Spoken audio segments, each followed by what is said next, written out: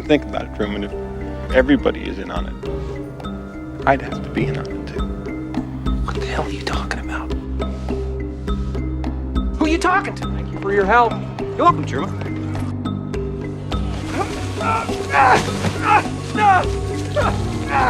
No! What I'm saying is that life is fragile.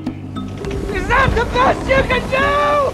You're gonna have to kill me!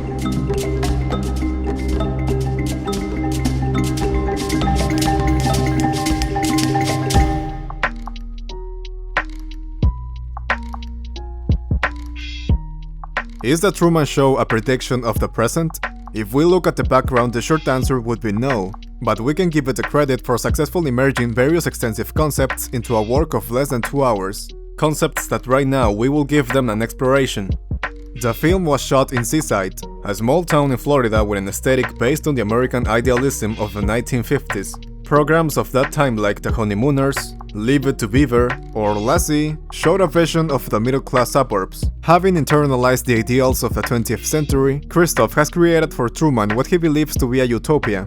A remarkable job, You have a great job, Truman. I'd kill for a desk job. an attractive wife, a city where every day is sunny and with an abundance of bright colors. There is no poverty and all the residents seems to be happy and friendly.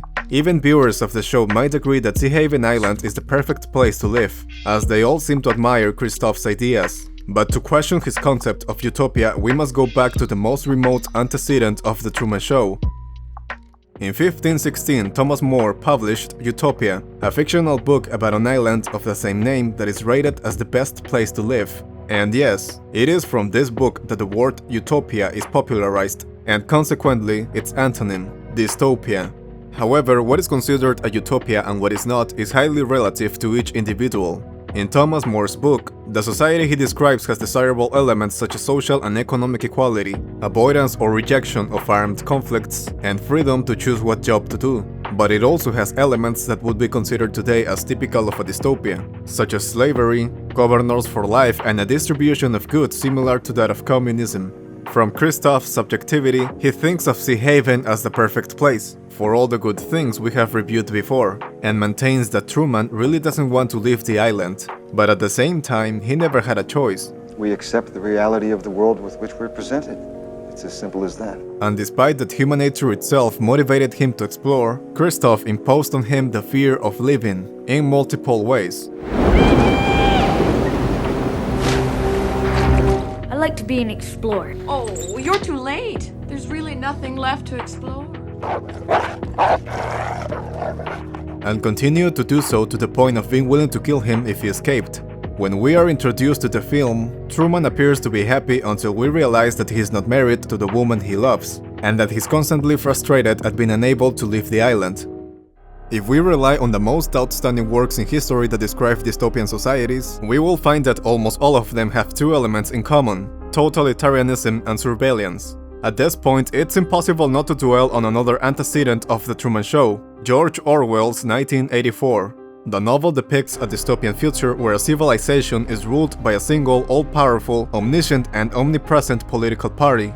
This is one of the most influential books in literature, and it's interesting to see how many things it has in common with The Truman Show. In 1984, there are devices called telescreens that function as security cameras, microphones and televisions at the same time. They are everywhere and monitor the population day and night. And just like in The Truman Show, the inhabitants collaborate to maintain order, notifying the authorities if someone shows any signs of rebellion.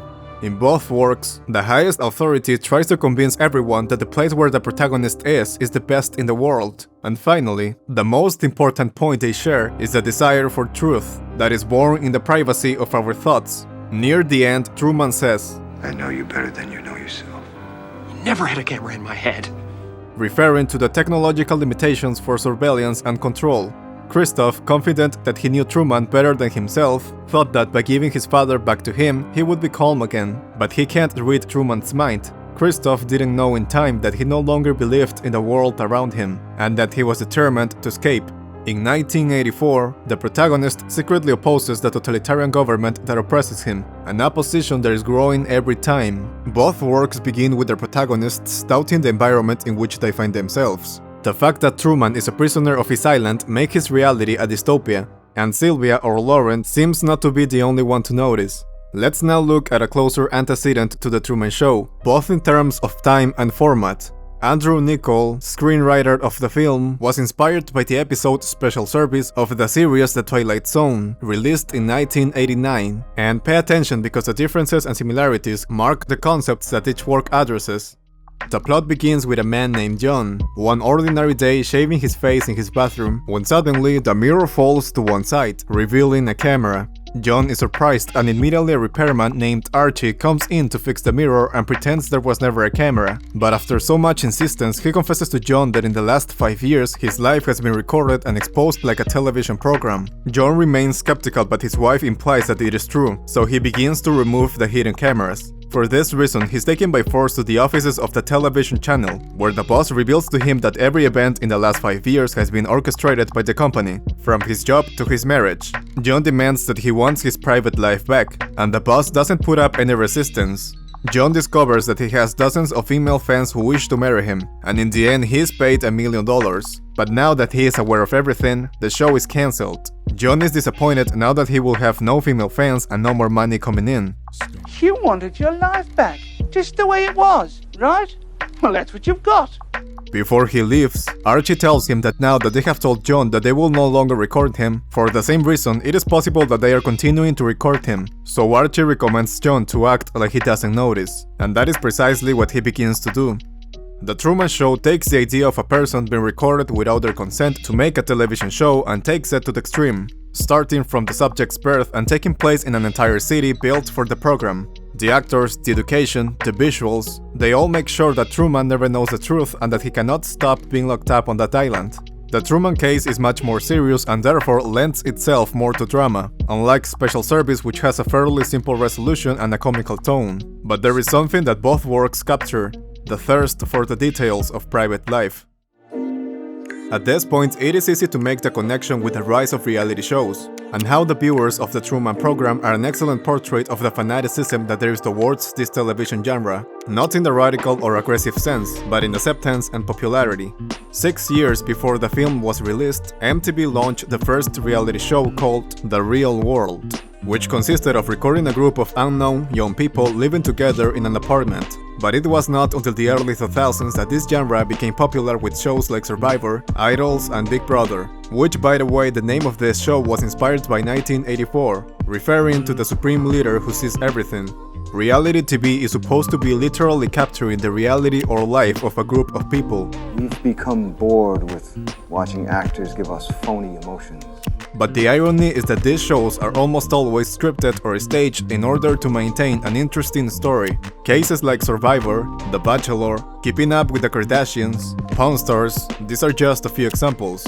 Christoph strives to sell Truman's life as an authentic show, but at the same time declares things like this. Meryl will be leaving Truman in an upcoming episode, and a new romantic interest will be introduced. Which may make sense if we consider that many of the consumers of this genre do not care that their favorite show has a script behind it. The format and the reality label is enough to make the viewer feel that they are in close proximity with the star. The long duration of The Truman Show has made many of the viewers develop emotional ties with him, making Truman an idol, as it happens with the protagonists of reality shows. And it is true that this also happens with film and series actors, but the difference is that in reality shows there is no proper character, the focus is directly on the person.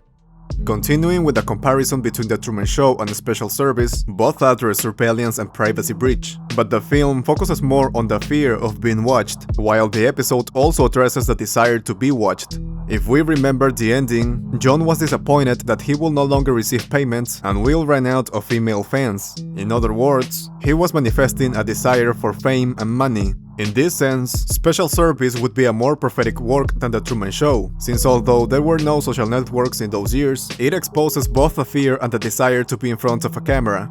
If there was an entity that in the shadows was spying on the entire world population, we would really be making it very easy. Although this stopped being a conspiracy thanks to Edward Snowden, the television set of The Truman Show that has the size of a city and with 5,000 active cameras may seem exaggerated, but since 2013, we know that an American agency is capable of spying on all phones and computers around the world. To be specific, the NSA or National Security Agency. Like Truman and John, we now have the awareness that we might be being recorded. Whatever the reason, the US government could be doing it for security purposes, Google for advertising purposes, or a television show for entertainment purposes. Believing the latter even has its own syndrome. We may be concerned about our privacy, but at the end of the day, the comfort of modernity calms us down, and it won't be long until we decide to distract ourselves with something else.